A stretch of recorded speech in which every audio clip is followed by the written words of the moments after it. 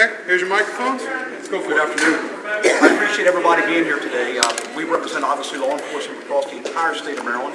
We are joined today by our state's attorneys, many state's attorneys from across the state of Maryland. You don't just see sheriffs here, you see chiefs here from clear across the entire state. We represent just under 6 million people. We have a lot of experience here. I can tell you from my personal experience that decriminalization and or the legalization of marijuana is wrong. It's dead wrong. The THC levels of marijuana today are far greater than what they were back in the 60s and 70s, even when I graduated from high school in 1982. The THC content today is more than 3 times greater than what we experienced back in the 60s and 70s.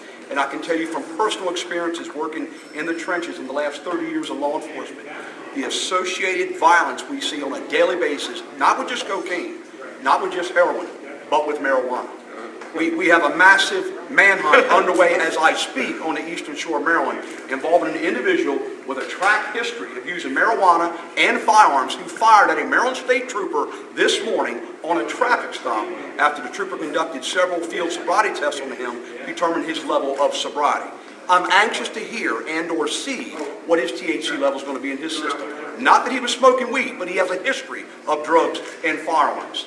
It's not unusual at all for a police officer, a deputy, or a trooper to stop an automobile and arrest an individual with large amounts of cocaine, with large amounts of heroin, that almost always has small amounts of marijuana in his possession.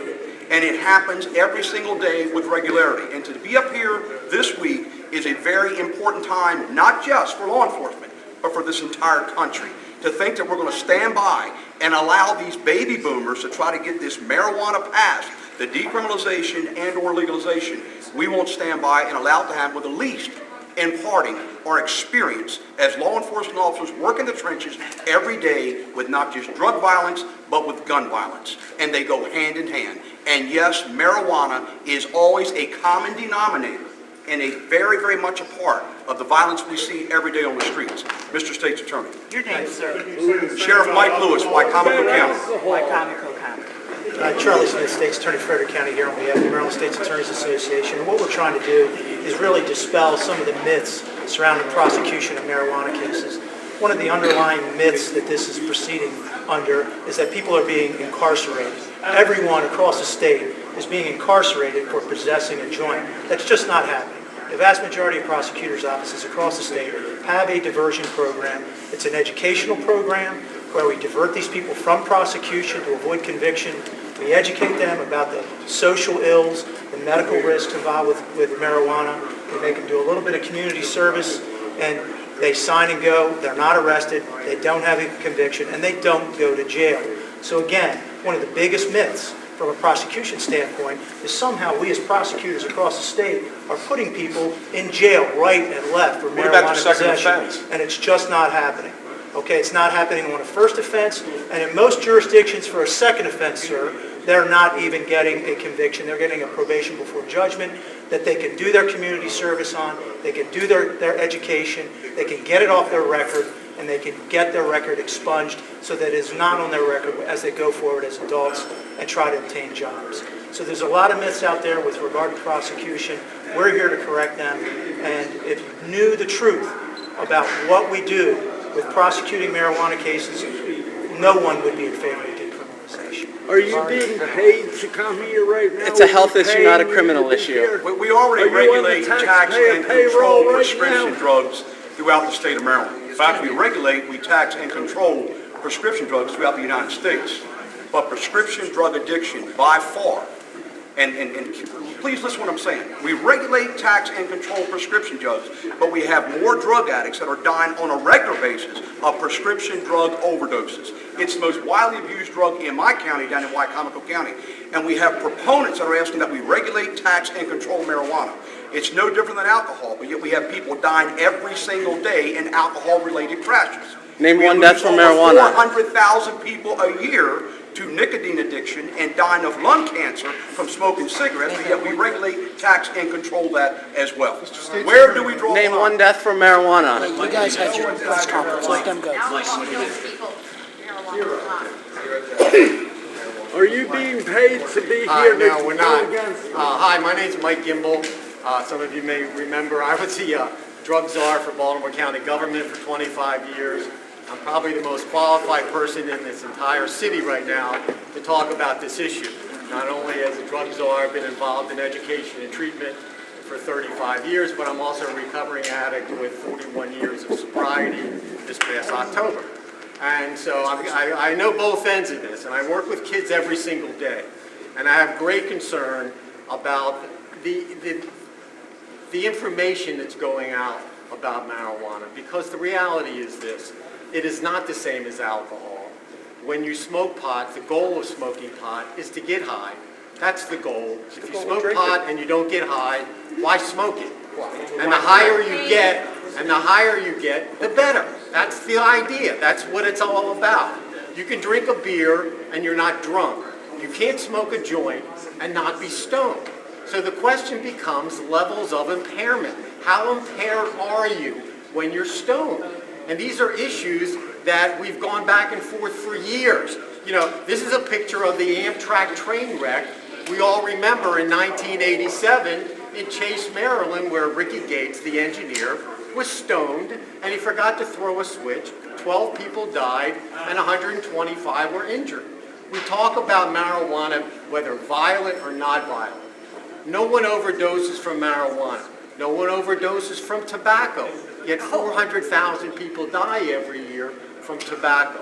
I'm concerned about our children. We have a very bad track record of monitoring tobacco and alcohol, which are the two drugs that kill more Americans, are tobacco and alcohol. We regulate, we have an age limit, and the group that gets most affected are our kids. I work with kids every single day. They're telling me the pot is so strong, they're hallucinating, the THC level is good, you know, and believe me, if it wasn't that good, nobody would be down here fighting for it. We have some questions. Okay? No one wants kids to be You know? allowed to use. Well, you know, the issue is this. Nobody wants kids to smoke. Nobody wants kids to drink underage. But it is the biggest epidemic we have, are kids smoking and drinking and dying. Now, we have a very bad track record of monitoring this in our country. Why in the world would we want to add a third drug to this scenario that we do a terrible job monitoring? Can we ask some questions? Yeah. The meeting. The timing on this is somewhat ironic. About 3.5 hours ago, the Attorney General of the United States, Eric Holder, speaking in front of the U.S. Sentencing Commission, recommended lessening penalties for people. Let me finish. Lessening penalties for people with smaller amounts of marijuana. We have seen the legalization efforts in other states that have been going on. Wouldn't law enforcement's efforts right now be better served into getting in the middle of what seems to be going on here and making sure this is done correctly in your view than just a blanket operation?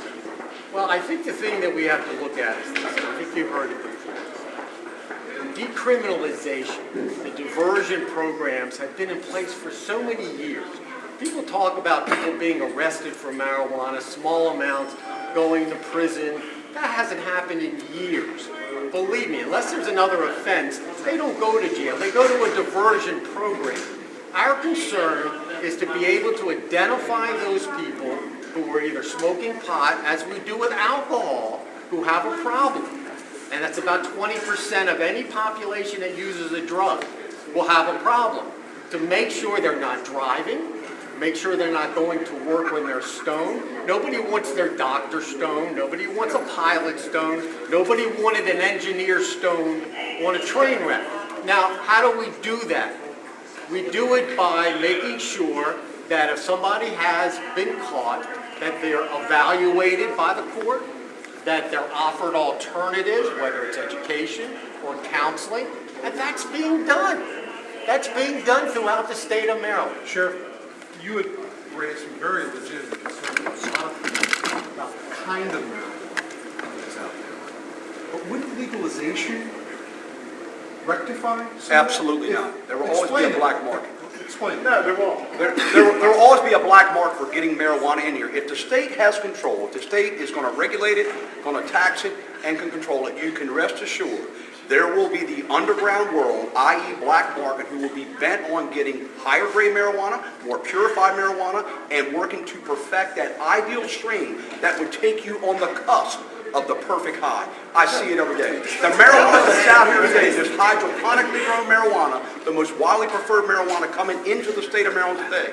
You can buy Mexican weed or commercial grade marijuana all day long between $700 and $1,200 a pound, depending on your connection. Hydroponically grown marijuana you will not touch for under $4,500 a pound in the state of Maryland. Ideally, $5,000 a pound in Baltimore City. It's out there. What are they looking for? That high, that bud, that ultimate THC content. That's what gives them the high. They're not interested in the leaves. They're not interested in the seeds. They're not interested in the stems. They all want the bud. Do you know that in Colorado right now, the most popular form of pot is called wax? And what they have done is they've taken the leaves and they mix it with butane gas and they turn it into a paste. Okay? And they turn it into a paste. It has a higher THC content, and they can take it and they can put it in an e-cigarette, an electric cigarette, and walk around smoking it just like they're, smoking the cigarette, yet they're getting high. So what my point is that within 2 months, we've already not been satisfied in Colorado with being able to buy pot. They want a better pot within 2 months. Now what's going to be next? And what's going to be next after that? Because you got to remember, the one thing about drug users, like myself, is all we want is one thing: more drugs and better drugs. And that's who we are, and that's what we do.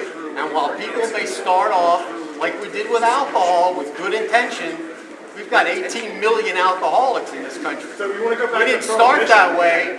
We didn't start that way with Prohibition. We had good intention. It now costs us more lives and more dollars than all drugs except tobacco, which is also legal. So my point is that we have a very bad track record here of the legal drugs, and then you add prescription drugs in that, and it just shows that we're not very good at doing the things we say we want to do to keep it out of the hands of children and to monitor the use. So you've had 100 years for this battle. You've had 100 years of your policy. No, I'm not. I'm only 62. 1914, they passed the Harrison Tax Act against cocaine. We have been fighting this battle your way with taxing, with arrest and incarceration That's not for my way. 100 No, years. sir. No, You know what? let me finish. You know what? Let me finish. I let Because you know you what? finish. I get this all the time. My job for 35 years and in my 41 years of recovery is to help people. It is not to arrest people. I worked in Baltimore County for 30 years. But their job is. No, it's not. Because let me tell you something. I work with these people, and I have for 30 years. I worked with the state's attorney in Baltimore County for 30 years, both Democrat and Republican. The mission has always been to identify those people that need help. We're sitting here today. I want to say this. We're sitting here today yelling about marijuana when every day in Maryland, kids are dying of heroin overdoses. Why aren't we in here talking about more treatment in Maryland? We are talking about more treatment. That is the Where? whole idea Where? behind. Where? That is the whole idea behind. Let me finish.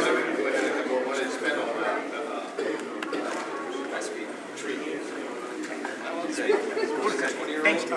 Did anyone else want to see? Okay. They understand the fact that, yes, when you guys were